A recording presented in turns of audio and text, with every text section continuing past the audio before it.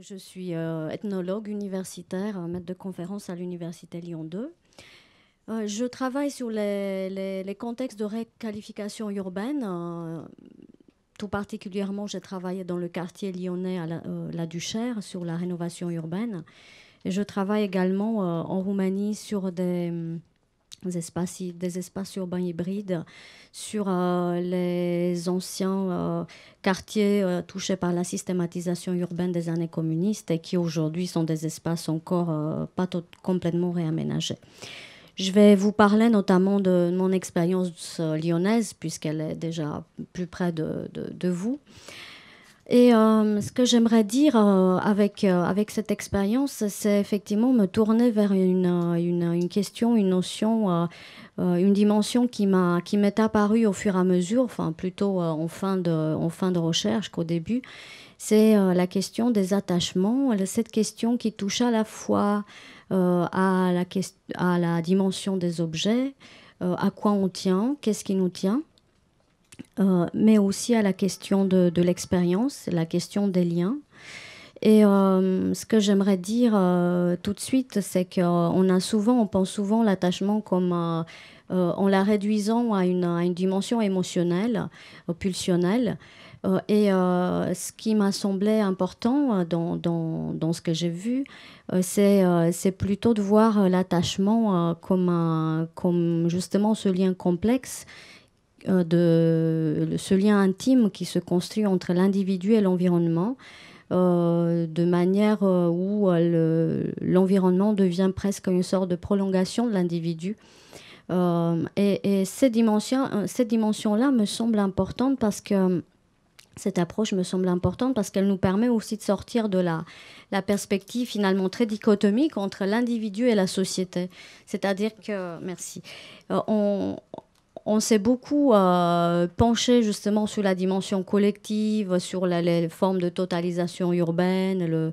Et aujourd'hui, on revient vers l'individu. Et finalement, peut-être que la question qui nous permet aussi d'avancer, c'est penser la relation, justement, le lien. C'est-à-dire qu'on n'a pas d'un côté un individu et de l'autre côté la société. On n'a pas l'individualisme, on n'a pas un individu qui est libre de ses choix, ou au contraire une société qui la façonne. On n'a pas les consommateurs et les concepteurs, les producteurs, mais on a quelque chose qui à mon avis, il me semble que si on veut avancer, il est intéressant de penser justement cette question des liens. Alors, je vais donner quelques exemples. À la Duchère, donc ce quartier en rénovation urbaine, ce contexte est difficile pour tout le monde, non seulement pour les habitants, mais aussi pour toutes sortes d'acteurs qui interviennent, pour le chercheur aussi, qui est pris dans toutes sortes d'attachements, de discours. Et une des questions que je me suis posée à un moment donné, c'est finalement à quoi on est attaché un bâtiment a été démoli.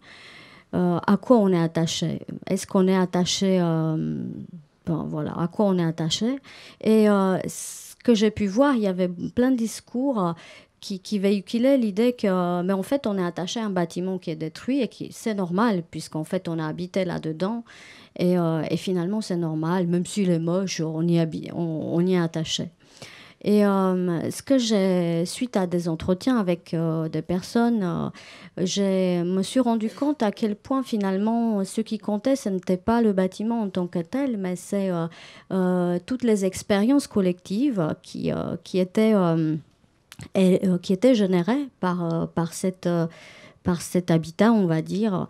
Donc l'habiter, à propos de ce qui était dit avant, l'habiter, non pas l'habitat. Et donc, ce qui était intéressant, il me semblait, c'était pas une approche par les objets, mais justement la question c'est lesquels objets, quels sont les objets dont on est attaché. Et pour y répondre, c'était d'étudier justement comment cet attachement se construisait-il. Et j'ai vu que systématiquement, ce qui était présent dans les entretiens, c'est encore une fois cette expérience collective. Un lieu a de la valeur, un bâtiment a de la valeur, puisqu'il est le lieu d'un faire avec les autres.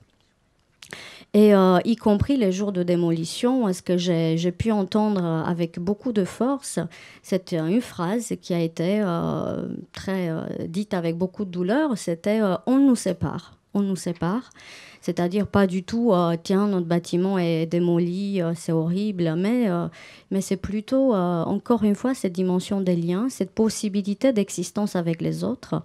Et il me semblait que c'était pas du tout un regard nostalgique, puisqu'en fait, très souvent, quand on parle de rénovation urbaine, on dit, mais en fait, les habitants sont nostalgiques. Euh, les gens sont nostalgiques et c'est normal. Ils sont attachés à leur passé, comme si le passé était quelque chose qui était là, figé, et puis à un moment donné, en contexte de changement, en fait, on revient à ce qui nous a fait sens à un moment donné. Et, il me semble que justement la question, cette rhétorique qui revient souvent, l'attachement relève d'un regard nostalgique, était est quelque chose qui est peut-être pas tout à fait exact, puisque d'ailleurs, ce que j'ai pu observer, c'est qu'un quelques années après les démolitions, en discutant avec les mêmes personnes qui étaient très attachées et même très réticentes et résistantes envers la démolition, il y a quelqu'un qui m'a dit mais en fait, on se rappelle même plus comment le quartier était avant. Exactement ce que Jean-Yves Toussaint a dit avant. Et avec un air très détendu.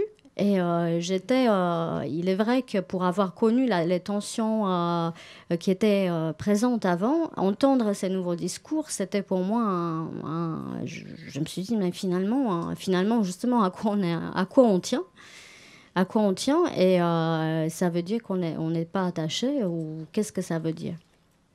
Et justement, là, l'attachement tel que j'ai pu le comprendre, et puis le travailler aussi à partir de quelques aspects de perspectives théoriques développées par des auteurs comme Bruno Latour, Antoine Aignan. C'est pas une inertie, c'est pas justement ce rapport au passé qui est réitéré dans le présent tel quel, et qui fait qu'on est l'attachement n'est pas une attache, c'est pas quelque chose auquel c'est pas un lien indestructible au passé, mais c'est quelque chose qui justement pour qu'il existe, il faut qu'il soit expérimenté dans le présent. Donc il y a d'une part cette inertie, il y a toujours un champ d'expérience, c'est-à-dire qu'on est on vient de quelque part, on a un rapport au lieu, aux liens, aux objets, et pas pour rien, on peut pas.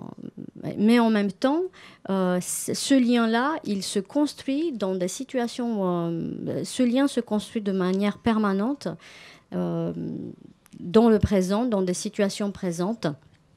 Et c'est sur ces scènes-là qu'il faut, je pense, le travailler. Donc, il est à la fois un résultat et un processus. Je, pour finir, je voudrais donc insister encore une fois sur cette idée-là que peut-être ce qui est intéressant de voir lorsqu'on travaille sur ces questions de changement, de transformation urbaine, et lorsqu'on essaye de s'interroger justement sur les expériences des individus, c'est encore une fois ne pas réduire cela à une échelle, à une dimension de temporalité figée, ou à une dimension justement de temporalité macroscopique, hein, c'est-à-dire on fait de l'aménagement, on passe du passé au présent et à l'avenir, mais c'est travailler à partir de l'expérience des individus, des temporalités individuelles, des rapports au temps qui ne sont pas du tout, qui ne relèvent pas de ces temporalités macroscopiques. Et en même temps, de revenir sur la question de ce qui fait lien, sur ce faisceau de liens finalement qui nous tient, et les attachements, c'est ça, c'est pas seulement ces affects, mais c'est tout ce qui arrive à nous faire, à nous attacher. Donc, la multiplicité des objets, des liens, des ambiances, toutes sortes donc d'éléments par lesquels on y est pris. L'apport de cette perspective-là pourrait être, j'essaie de réfléchir, qu'est-ce que cela pourrait apporter à des perspectives justement de pratique. Cela peut nous sortir effectivement des perspectives un peu de modélisation urbaine, parce qu'on revient à l'échelle des individus, mais je dirais encore une fois pas tant à l'échelle des individus qu'à l'échelle de la relation, donc des liens, ce qui nous tient ensemble. Ce qui est peut-être important aussi, il me semble, c'est que ça nous amène aussi à regarder d'autres formes d'attachement, on va dire, ou de citoyenneté, qui sont pas seulement celles pratiquées sur les scènes, y compris les scènes de la participation qu'on essaye aujourd'hui de mettre en avant, mais l'attachement, la participation se fait aussi sur des scènes de citoyenneté ordinaire, que l'on connaît moins, et il suffit juste d'y prêter attention et de les soutenir. Et pour cela aussi, c'est peut-être intéressant on a beaucoup parlé, on a évoqué la question des médiateurs, des médiations. Qu'est-ce qui fait que c'est aussi l'apport, il me semble, des attachements, c'est ce par quoi cela passe, et donc les médiations possibles, y compris en termes de dispositifs. On a parlé des artistes, et on peut aussi parler des chercheurs, mais pas tant en tant qu'experts, en les convoquant en tant qu'experts pour rendre un savoir, livrer un savoir, mais plutôt en tant qu'accompagnateur dans une forme d'enquête collective, qui est donc une enquête de tout le monde, avec tout le monde.